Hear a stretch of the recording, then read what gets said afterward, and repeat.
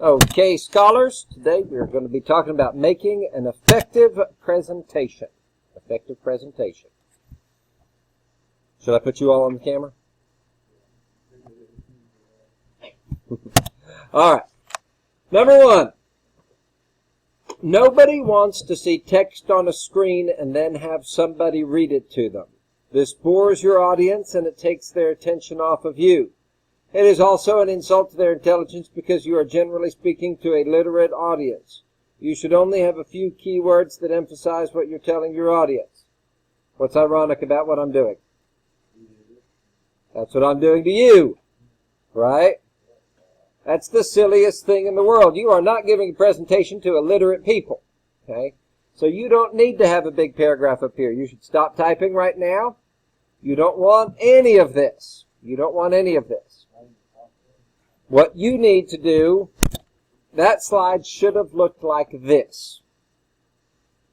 A couple of bullets, main idea, and an image. So the most important slide is this one right here. This is not your presentation on the screen. You are the presentation. You are the presentation. This is here to support what you're saying so that people understand your main ideas, what they should be listening for. And so the number one thing that most of you are going to have to change is to take those huge paragraphs off your slides. Where do those paragraphs go? Look here. You need to add that information to your notes. That's what you're going to say to your audience. So you need to copy and paste it down, stick it in your notes. That's what you're going to say. Up in the slide, we just want a few key bullets. There should be no bullet longer than 3 words.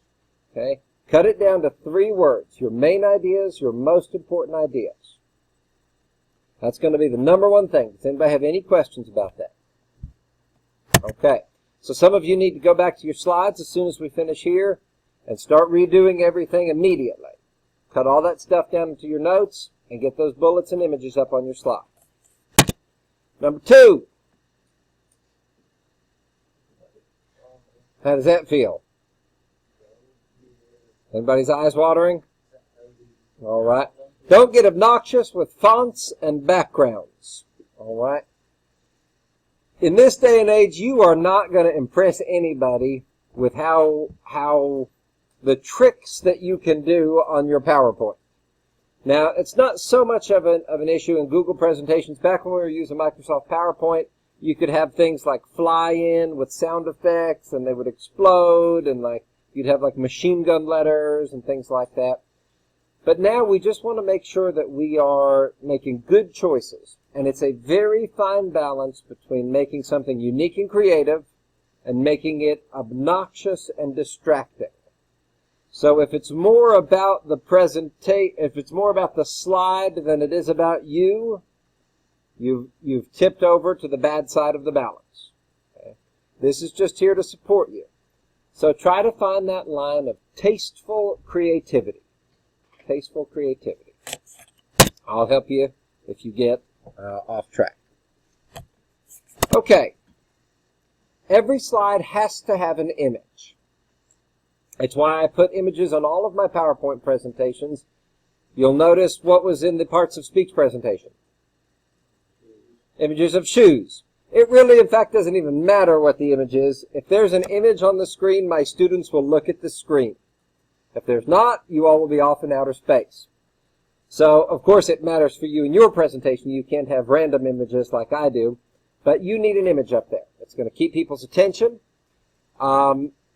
For this, of course, you're not going to take any pictures yourself, so you just need to go to Google Image, video clips. You know how to find images online. I do want to point out, it's real handy these days if you do an image search. It didn't used to be like this. But now, Google.com, so let's say your country was Ethiopia. Whatever image that you choose, you can now just copy the image as you right-click, come over to your presentation. So you're going to make a new slide here. Come over to your presentation, and now you can just paste it straight into your presentation. And you used to have to do all kinds of weird stuff with downloading and importing and things like that. But now it's really straight and simple, so it should only take you a second. Okay. All right, so we've got images. Now, that's the actual slides themselves. Does anybody have any questions about what I'm looking for on your slides? All right, great. Now let's move to actually presenting. If you want to guarantee yourself a C, to make sure that there is no way you can make higher than a C, what you need to do is turn to the screen so that the audience sees the screen and your backside. And then you read to them what's on the screen. If you do that, you are guaranteeing that you cannot make higher than a C. Again, why is the screen here? To support you. Everybody say, I am the presentation. The screen supports me. Okay. So, do not turn to the screen. Do not read from there. You should have your notes in front of you. You give a quick look back to make sure that you are on the right slide if you don't have it in front of you. And then you continue to give your presentation to the audience. Never read from the screen. Steve Jobs really significantly changed how we do professional presentations. He started giving these fantastic presentations on the stage with no props, moving around, no podium, and it really altered how we thought about professional presentations because they were extremely effective. You don't have to do this. You can stay right behind the podium. You'll be set up just like this, and you can stay here. But if you're looking for a B or an A, this is one of the things that would move you in that direction. To step out from the podium, start to move around, engage your audience. That gets you up to a higher level presentation.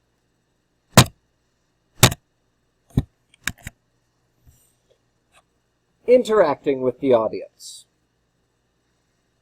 Asking the audience questions that would intrigue them. How many people can name the countries that border the Ukraine? Besides the person giving the presentation on the Ukraine. All right. So all that does is just makes you think about it. You want to make sure that your audience is engaged with you, and to keep them engaged, you have to interact with them. All right. So interacting with the audience. Asking them questions. Enthusiastic speaking. And nobody likes to listen to a monotone voice. So put some life in it.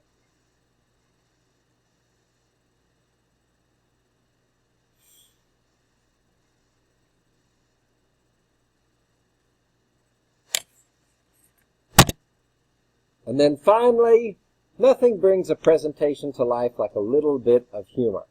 In fact, in many professional presentations I've been to, before they start, they say something like, we'll get to this, the funniest thing happened to me this morning. We'll get to the meat of the subject in a second, and then they tell you a real funny anecdote.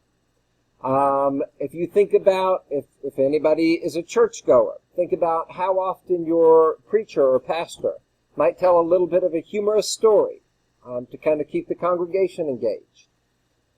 Any kind of, think about the interview video that Mr. Carter and Mr. Vogler did the other day. Right? They had a lot of humor in that. Right? They were trying to make you laugh to keep you engaged. So humor is very, very powerful. If you can work it into your presentation, that's another way that you start heading towards a B and an A to make a really effective presentation. All right, and then, if anybody can find me a copy of this record, I would be really impressed. I just typed in something special into Google Images, and that's what I got. Lee Hazelwood, something special. I'd love to have a copy of that. It looks like it has to be awesome, don't you agree? Just look at Mr. Hazelwood there. No, just a random Google image search. But that album is out there somewhere, and I'd like to hear it. All right. Now, I'm for all kinds of things if you want to get creative and crazy. I'd love to see you take this up to the next level. Here's just some ideas. If any of these appeal to you, I'd love to see it. At this point, this would really be, we're talking about an A. And remember, A means exceptional, extraordinary, something really, really good. So if I tell you what to do, then it almost can't be an A. It's like it has to come from you. It has to be really unique and individual and exciting. So these are some of the things I've seen students do that made presentations really unique and exciting. Okay, I think that's it. Yep, that's the image we pasted, so we're all good. Does anybody have any questions for me on giving an effective presentation? Okay, Monday will be our final day to work on the presentations. Tuesday will be your practice day to practice with a partner, and then you will present on Wednesday. Now, I want to be extremely clear. You will present. For those of you watching the video in future years, those days of the week may not apply to you. So be sure to ask me if that still makes sense. In fact, I'm going to stop the recording.